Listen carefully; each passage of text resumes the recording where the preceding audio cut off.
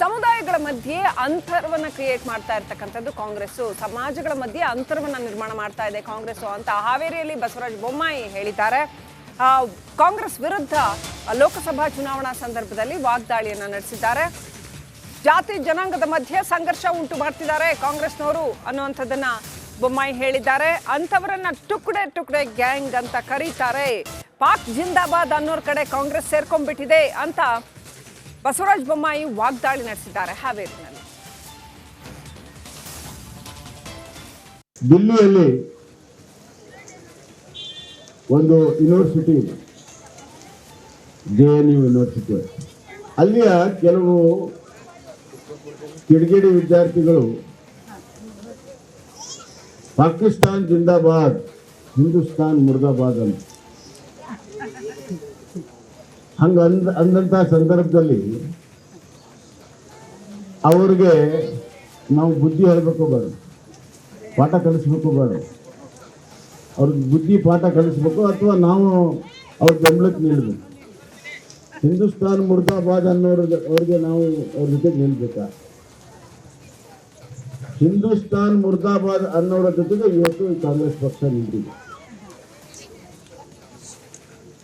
ಅದಕ್ಕೆ ತುಕ್ಕಡೆ ಗ್ಯಾಂಗ್ ಅಂತ ದೇಶವನ್ನು ವಿಭಜನೆ ಮಾಡುವಂತ ಒಂದು ಶಕ್ತಿಗಳು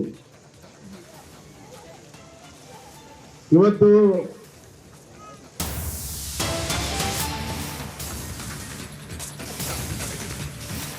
ಕಾಂಗ್ರೆಸ್ನಲ್ಲಿ ಪವರ್ ಶೇರಿಂಗ್ ಜಟಾಪಟಿ ಜೋರಾಗಿ ನಡೀತಾ ಇದೆ.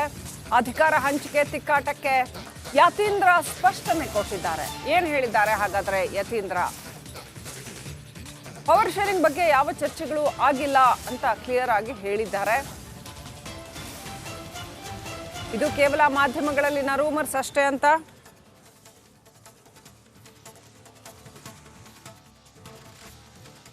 ಬಹಳ ಪ್ರಮುಖವಾಗಿ ಸಿಎಂ ಪುತ್ರನ ವಿರುದ್ಧ ಕವಿಶಲ ಆರೋಪವನ್ನು ಮಾಡಿದ್ದಾರೆ. ಈ ಬಗ್ಗೆ ಮಾತನಾಡೋದಕ್ಕೆ ವಿರುದ್ಧಗೆ ಯತೀಂದ್ರ ಸಿದ್ದರಾಮಯ್ಯ ಅವ್ರನ್ನ ಮಾತಾಡಿಸ್ತಾ ಹೋಗ್ತೀನಿ. ಬನ್ನಿ, ಏನು ಗಂಭೀರವಾದಂಥ ಆರೋಪ, ಇದು ಗಂಭೀರತೆ ಇಲ್ಲದೆ ನಿಜವಾದ ಗಂಭೀರವಾದ ಆರೋಪ ಅಂತಿದ್ರೆ ಅದಕ್ಕೆ ಸಾಕ್ಷಿ ಅದನ್ನು ಕೊಟ್ಟು ಆರೋಪಗಳನ್ನು ಮಾಡ್ತಿದ್ರು. ಇವಾಗ ನಾನು ಹೇಳ್ತೀನಿ, ಇವತ್ತು GT ದೇವೇಗೌಡರು 80% ಕಮಿಷನ್ ತಗೋತಾರೆ MLA ಆಗಿ ಅಂತ.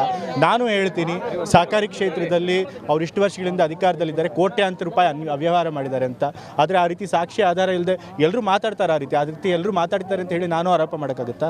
ಹಾಗೇನಿಲ್ಲ. 40% ಕಮಿಷನ್ ಇದ್ದಾಗಲೇ ಕಾಂಟ್ರಾಕ್ಟರ್ ಅಸೋಸಿಯೇಷನ್ ಅವರು ಗಲಾಟೆ ಮಾಡಿದ್ರು, ಪತ್ರ ಬರೆದಿದ್ರು. 60% ಕಮಿಷನ್ ಕೊಟ್ಟರೆ ಸುಮ್ಮನಿರ್ತಾರ? ಕೆಲಸಗಳು ಕಾಮಗಾರಿಗಳಾಗುತ್ತೆ ಜಿಲ್ಲೆಯಲ್ಲಿ. ಸುಮ್ಮನೆ ಏನೋ ಮಾತನಾಡಬೇಕು, ಆರೋಪ ಹೊರಿಸಬೇಕು ಅಂತ ಹೊರಿಸಬಾರ್ದು. ಸರ್, ಅಪ್ಪ ಮಕ್ಕಳು ಇಬ್ಬರು ಕೂಡ ಕೆಲಸ ಮಾಡೋದಕ್ಕೆ ಬಿಡ್ತಾ ಇಲ್ಲ, ಅಷ್ಟೋ ಕಿರುಕುಳ ಕೊಡ್ತಾ ಇದ್ದಾರೆ ಅಂತ. ಇದರಿಂದ ರಾಜಕೀಯದಲ್ಲಿ ಇದ್ದಾರೆ. 2013ರಿಂದ ಇಲ್ಲಿ MLA ಆಗಿದ್ದಾರೆ. ಇಷ್ಟು ವರ್ಷಗಳ ಅನುಭವ ಇರೋರು ಯಾವುದೋ ಒಂದು ಸರ್ಕಾರದ ಅಡಿಯಲ್ಲಿ ಕೆಲಸ ಮಾಡೋಕ್ಕಾಗ್ತಿಲ್ಲ ಅಂತಂದ್ರೆ ಇನ್ನೆಂಥ ದುರ್ಬಲ MLA ಇರ್ಬೋದು. ಪಾಪ ಚಾಮುಂಡೇಶ್ವರಿ ಕ್ಷೇತ್ರದ ಜನತೆ ಅದನ್ನು ಸಹಕಾರ ಕ್ಷೇತ್ರದಲ್ಲೂ ಕೂಡ ಬೇಕು ಅಂತಲೇ ಕೂಡ ಚುನಾವಣೆ ಸ್ಟಾಪ್ ಮಾಡಿಸಿ ಅಧಿಕಾರಿಗಳನ್ನ ಹಾಕೊಂಡಿದ್ದಾರೆ. ಅವರು ಬೇಕಾದಂಥವ್ರನ್ನ ಯಾವಾಗ ಚುನಾವಣೆ ನಡೆಸಬೇಕು ಅನ್ನೋದು ಸರ್ಕಾರ ನಿರ್ಧರಿಸುತ್ತೆ, ಅದನ್ನು ಇವ್ರು ನಿರ್ಧರಿಸುವಂಥದ್ದಲ್ಲ. ಸೊ ಸರ್ಕಾರ ಅದನ್ನು ಯೋಚನೆ ಮಾಡಿ ಅಕ್ರಮ ತೆಗೆದುಕೊಂಡಿದೆ. ಸರ್, ನಮ್ಮ ಕಾಲದಲ್ಲಿ ಏನು ಅಭಿವೃದ್ಧಿ ಆಗಿದೆ, ನಿಮ್ಮ ಕಾಲದಲ್ಲಿ ಏನು ಅಭಿವೃದ್ಧಿ ಆಗಿದೆ? ಶ್ವೇತಪತ್ರ ಅವ್ರನ್ನ ಹೊರಡಿಸಲಿ ಅಂತ ಹೇಳ್ತಾರೆ ಸರ್, ಸವಾಲಾಗ್ತಾರೆ ಸರ್? ಖಂಡಿತ ಶ್ವೇತಪತ್ರ ಹೊರಡಿಸಲಿ ಅವರು, ನಾವು ಕೂಡ ಸವಾಲಾಗ್ತೀವಿ. 2013ರಿಂದ ಈಗ 2013ರಿಂದ 18ರಲ್ಲಿ ಕಾಂಗ್ರೆಸ್ ಸರ್ಕಾರ ಇದ್ದಾಗ ಮೈಸೂರು ಜಿಲ್ಲೆಗೆ ಎಷ್ಟು ಅನುದಾನ ಬಂದಿತ್ತು, ನಂತರ ಇವರು ಯಾವಾಗಲೂ ಕೂಡ BJPಗೆ ಸಪೋರ್ಟ್ ಮಾಡ್ತಾರಲ್ಲ, ಅವ್ರ ಸರ್ಕಾರ ಇದ್ದಾಗ ಎಷ್ಟು ಅನುದಾನ ಕೊಟ್ಟಿದ್ರು ನೋಡಲಿ. ಮೈಸೂರು ಜಿಲ್ಲೆ ಇತಿಹಾಸದಲ್ಲಿ ಅತಿ ಹೆಚ್ಚು ಅನುದಾನ ಬಂದಿದ್ದು ಸಿದ್ದರಾಮಯ್ಯ ಸರ್ಕಾರದಲ್ಲಿ. ಶ್ವೇತಪತ್ರ ಹೊರಡಿಸಿದ್ರೆ ಅವರಿಗೆ ಮುಖಭಂಗ ಆಗುತ್ತೆ. ಸರ್, ಚಾಮುಂಡಿ ಕ್ಷೇತ್ರದ ಅದೇ ವರ್ಣಾ ಕ್ಷೇತ್ರದಲ್ಲೂ ಕೂಡ ಅಡ್ಜಸ್ಟ್ಮೆಂಟ್ ಮಾಡ್ಕೊಂಡೇ ಗೆದ್ದಿದ್ದವರು, BJP ಜೊತೆ ಅಡ್ಜಸ್ಟ್ಮೆಂಟ್ ಮಾಡ್ಕೊಂಡೇ ಗೆದ್ದಿದ್ದು ಅಂತ ಸರ್ ಸಿದ್ದರಾಮಯ್ಯ ಅವರು. ಯಾರ ಜೊತೆ ಅಡ್ಜಸ್ಟ್ಮೆಂಟ್ ಮಾಡ್ಕೊಂಡಿದ್ದಾರೆ ಅಂತ ಫಸ್ಟ್ ಅದನ್ನು ಹೇಳಿ. ಅಡ್ಜಸ್ಟ್ಮೆಂಟ್ ಮಾಡ್ಕೊಳ್ಳೋ ಅಗತ್ಯನೇ ಇಲ್ಲ. 2008ರಲ್ಲಿ ಏನು ವರ್ಣಾ ಕ್ಷೇತ್ರ ರಚನೆ ಆಗಿತ್ತು, ಅವಾಗಿಂದ ಕಾಂಗ್ರೆಸ್ ಪಕ್ಷ ಅಲ್ಲಿ ಗೆದ್ಕೊಂಡೇ ಬಂದಿದೆ. ಕಾಂಗ್ರೆಸ್ ಪಕ್ಷದ ಭದ್ರಕೋಟೆ ಆಗಿದೆ. ಯಾರೇ ಬಂದಿದ್ರು ಕೂಡ ಸಿದ್ದರಾಮಯ್ಯವರೇ ಗೆಲ್ಲೋರು, ಕಾಂಗ್ರೆಸ್ ಪಕ್ಷನೇ ಗೆಲ್ತಾ ಇತ್ತು. ಅಡ್ಜಸ್ಟ್ಮೆಂಟ್ ಮಾಡಿ ಪಾಲಿಟಿಕ್ಸ್ ಮಾಡಿ GT ದೇವೇಗೌಡರಿಗೆ ಅಭ್ಯಾಸ. ಸೊ ತಾವು ಮಾಡಿದ್ದನ್ನೇ ನಾವು ಮಾಡ್ತೀವಿ ಅಂತ ಹೇಳಿ, ಕಳ್ಳ ಪರರ ನಂಬ ಅನ್ನೋಂಗೆ ತಾವು ಮಾಡಿದ್ದನ್ನ ನಾವು ಮಾಡ್ತೀವಿ ಅಂತ ಅನ್ಕೊಂಡು ಸರ್, ರಾಜೀನಾಮೆ ಕೊಟ್ಟು ಚುನಾವಣೆಗೆ ಬರಲಿ, ನಾನು ಕೂಡ ರಾಜೀನಾಮೆ ಕೊಡ್ತೀನಿ ಅಂತ ಬರಬೇಕು, ರಾಜೀನಾಮೆ ಕೊಡಬೇಕು. ಇವ್ರಿಗೆ ಪ್ರೂವ್ ಮಾಡೋ ಅಗತ್ಯ ಏನಿದೆ?